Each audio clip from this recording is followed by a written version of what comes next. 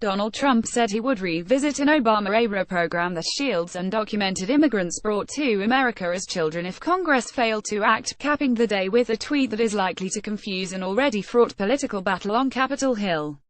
Donald J. Trump at Real Donald Trump. Congress now has 6 months to legalize DACA, something the Obama administration was unable to do. If they can't, I will revisit this issue. September 6, 2017. It was unclear what the president meant by revisit.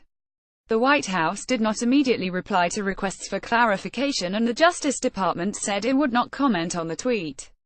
The president's Tuesday night tweet about the Deferred Action for Childhood Arrivals DACA program, which came just hours after his administration declared the policy legally indefensible, was the bookend to a morning post imploring Congress to do your job, DACA. Announcing his decision to terminate the program, Trump called on lawmakers to resolve the status of the 800,000 Dreamers, the young undocumented immigrants who currently live and work in the U.S. without the threat of deportation, with heart and compassion. He added that he had a great heart and a great love for them. Really, we have no choice. We have to be able to do something, Trump told reporters in the Oval Office on Tuesday. On Capitol Hill, what that something was appeared to confound lawmakers returning after the August recess to face a packed legislative agenda.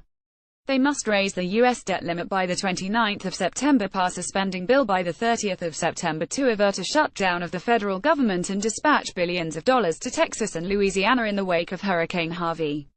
There are also looming deadlines for the reauthorization of critical government programs such as flood insurance and children's health insurance, as well as Trump's wish for an overhaul of the nation's tax code.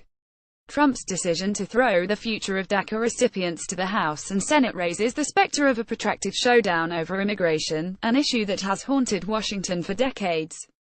Republicans face a defining moment, one top GOP senator said, as they consider the futures of hundreds of thousands of young people. Lindsey Graham, from South Carolina, challenged his colleagues to make the case these kids don't belong here. Because I'm going to make the case they do.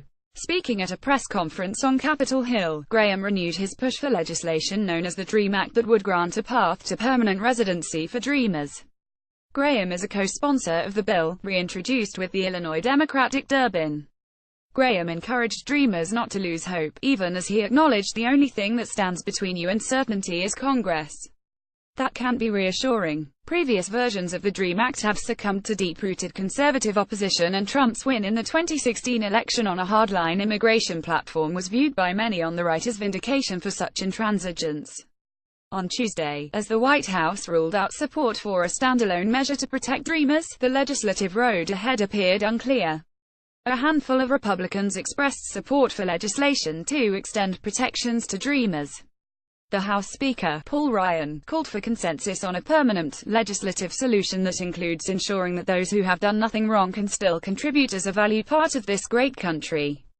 The Arizona Senators John McCain and Jeff Flake, who were among the authors of a failed 2013 immigration reform bill, also implored Congress to move quickly.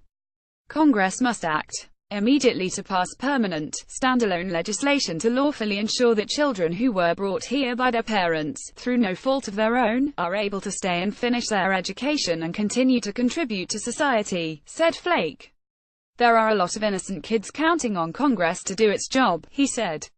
McCain was much sharper in his criticism of Trump, calling his decision an unacceptable reversal of the promises and opportunities that have been conferred to these individuals and questioning the timing of the announcement.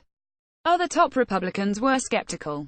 Chuck Grassley of Iowa, chairman of the Senate Judiciary Committee, told reporters the bottom line of it is, I don't think DACA as a clean bill can get through the Congress by itself.